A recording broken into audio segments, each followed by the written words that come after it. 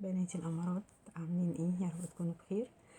النهارده هنكمل مع بعض سلسلة الأكلات السهلة السريعة البسيطة اللي ممكن نعملها بكل سهولة، واللي مش بتاخد معانا وقت خالص وفي الصيف بتبقى خفيفة ومش بتوقفنا في الحر ده في الصيف كتير.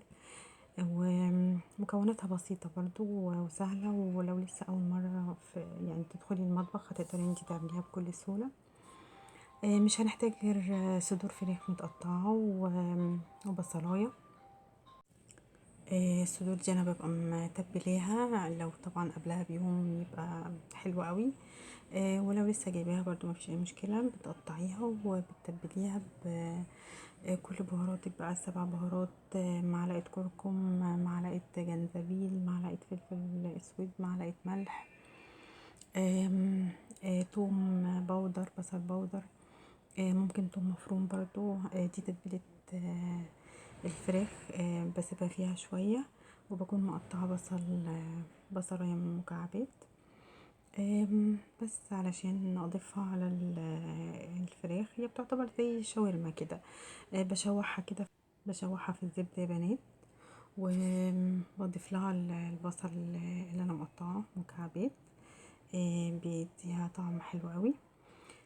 هنا عندي الطاسة كانت سخنت، ونزلت بالفراخ، والنور كان قطع بس انا كملت شغل عادي جدا. نزلت بقطع الفراخ وبقلبها. لازم الطاسة تبقى سخنة. على الناحية التانية او على العين التانية كنت حاطة المكرونة بسلقها. النور كان قاطع بس معلش، معذرة بقى يا بنات. بسلق المكرونة عادي جدا في مية بمعلقة زيت بمعلقة ملح.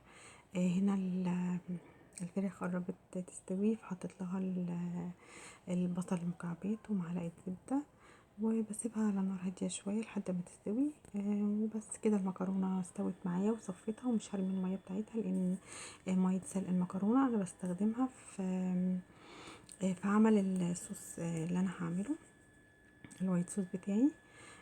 هنا هعمل وايت صوص. في الحلة حطيت 3 معالق زبدة او سمنة.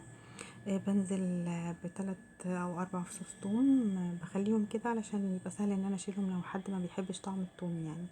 بشوحهم كويس لحد ما يديني يعني ريحتهم تبقى حلوة كده. وبحط 3 معالق حرامية من الدقيق.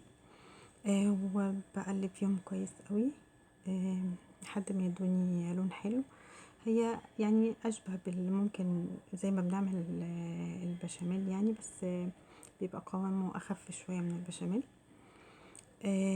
بفضل اقلب فيه. وهنا جبت المضرب السلك عشان يبقى سهل انه مفيش حاجه تكلكع معايا يعني، وان هو الصوص يبقى ناعم معايا. بقلب كويس لحد ما كل الدقيق يديني لون حلو. وبنزل باللبن. انا حطيت هنا كوبايه لبن. احتجت شويه كمان زودت، يعني ممكن كوبايه وربع. بس بفضل اقلب كده كويس قوي لحد ما ان هو يديني اللون او الشكل الكريمي ده او الملمس الكريمي ده. ونزلت بنص كوبايه من ميه سلق المكرونه، بيدي طعم حلو برضو للصوص. هو ده القوام اللي انا عايزاه. ممكن يا بنات تخففي فيها لحد ما تحسي ان قوامها مظبوط معاكي. ضفت هنا بقى معلقه ملح، معلقه فلفل اسود، معلقه توم باودر، معلقه جنزبيل، لا نص معلقه جنزبيل ونص معلقه قرفه، بيدي ريحه حلوه قوي. ومكعبين جبنه مثلثات او اي جبنه كريمي عندك، وهو ده القوام المطلوب.